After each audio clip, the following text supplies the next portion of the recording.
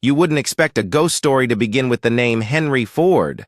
But deep in the Amazon rainforest, where the humidity clings to your skin and the howler monkeys scream into the night, lies the skeleton of his forgotten dream. A place called Fordlândia.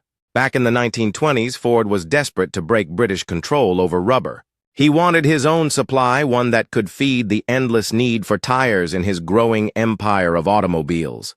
So he bought a massive chunk of land in Brazil carved into the heart of the Amazon.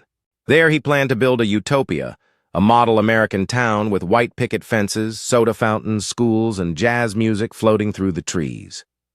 But Ford didn't understand the jungle. He didn't respect it either. The trees he planted were too close together.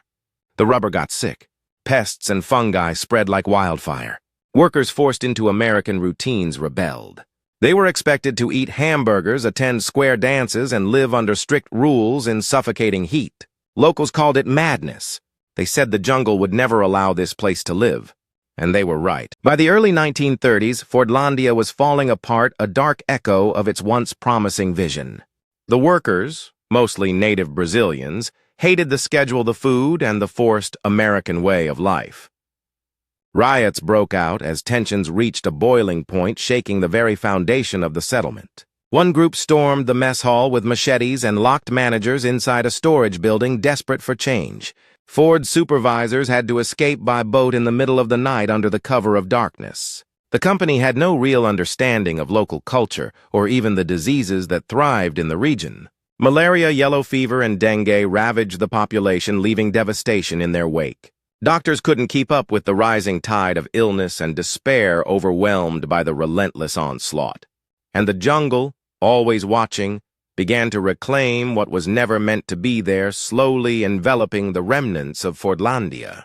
Plants burst through walls, asserting their dominance over the land once claimed by man. In the eerie silence of Fordlândia, the abandoned streets whisper tales of a forgotten ambition, where the jungle reigns supreme. The tales of old speak of villagers who shun the land, believing it carries a curse that resides within its depths. Among the most chilling accounts is that of a man who sought forgotten treasures only to uncover a relic that brought his doom. Another soul wandered into the decaying church, where he was met by the unsettling presence of shadowy figures frozen in prayer. Most unsettling are the mysterious orbs of light that hover just above the riverbank, seemingly beckoning the curious closer.